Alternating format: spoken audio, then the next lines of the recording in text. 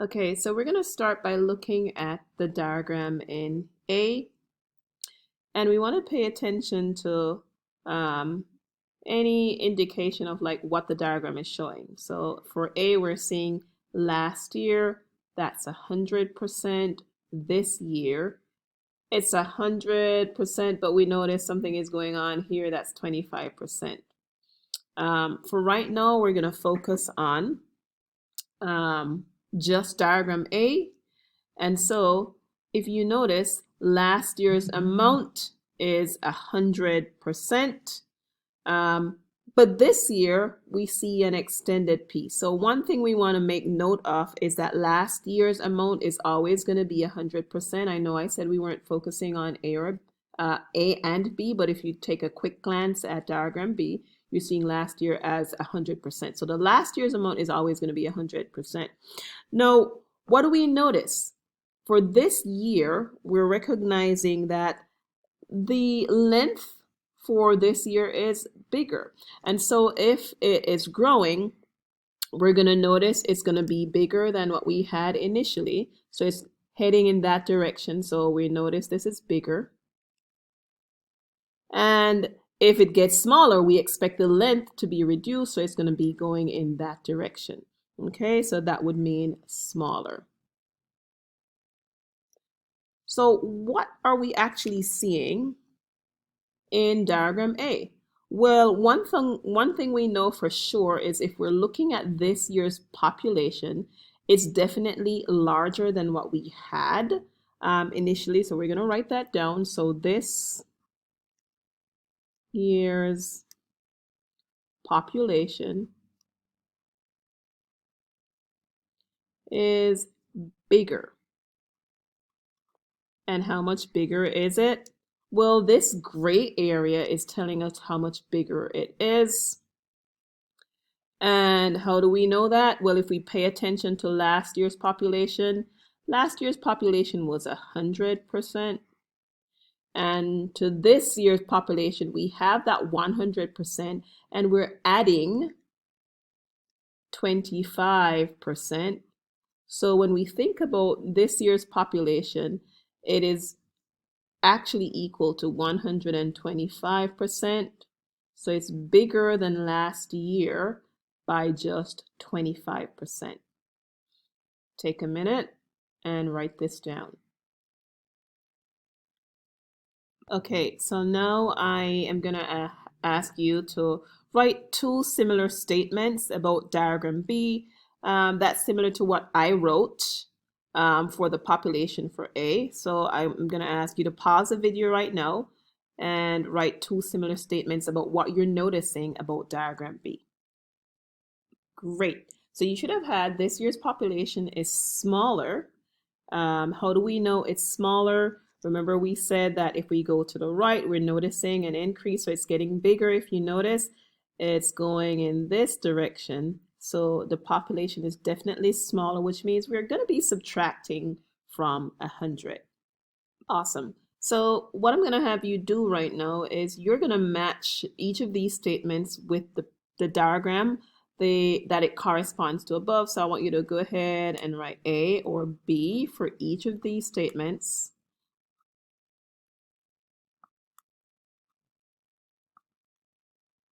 And we're gonna pause right now, and you're gonna match the statement with the diagram depending on which one you think it connects to.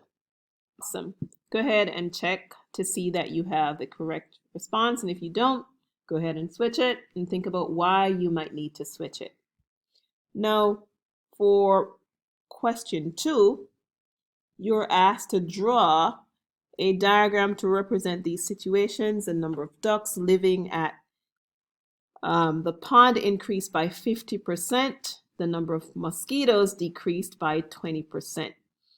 So in order for you to draw these diagrams, I want you to think about what is happening initially. So what percentage of ducks is actually in the pond? How can you draw that? And how do you show an increase? And then for the mosquitoes, what is in the pond initially? How do you show that? And if you're showing a decrease, what does that look like? And how does that correspond to your diagrams above.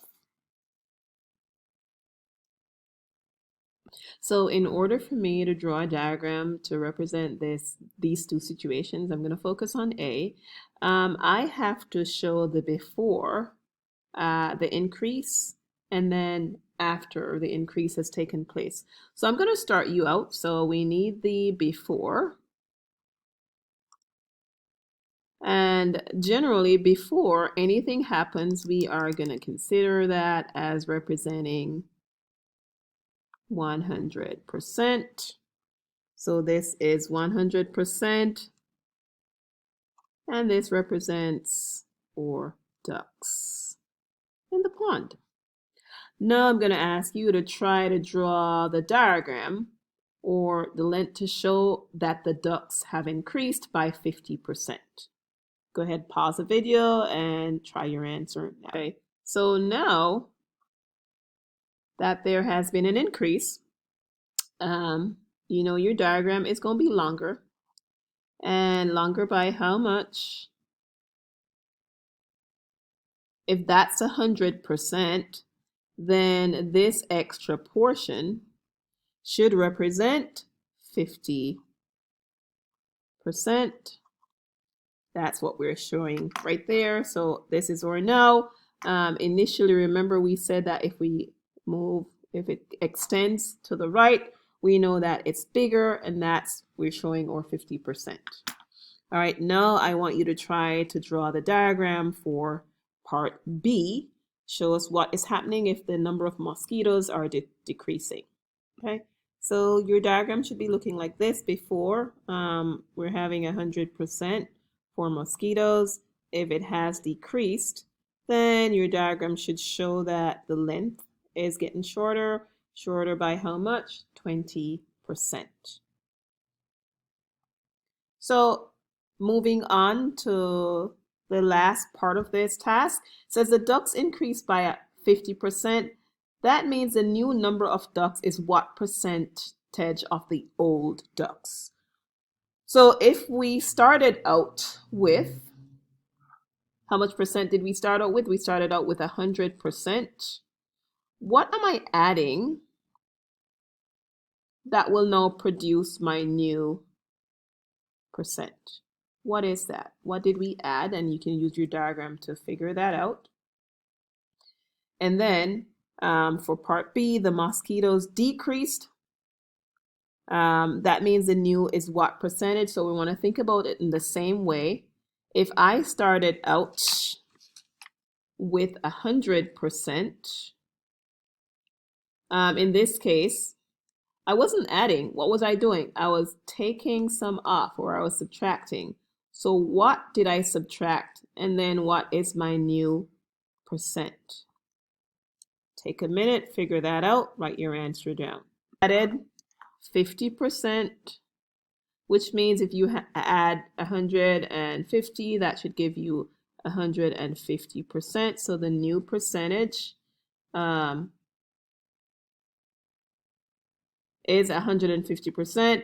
And then in this case, we subtracted 20%. So if you take 20 from 100, you're going to end up with 80%.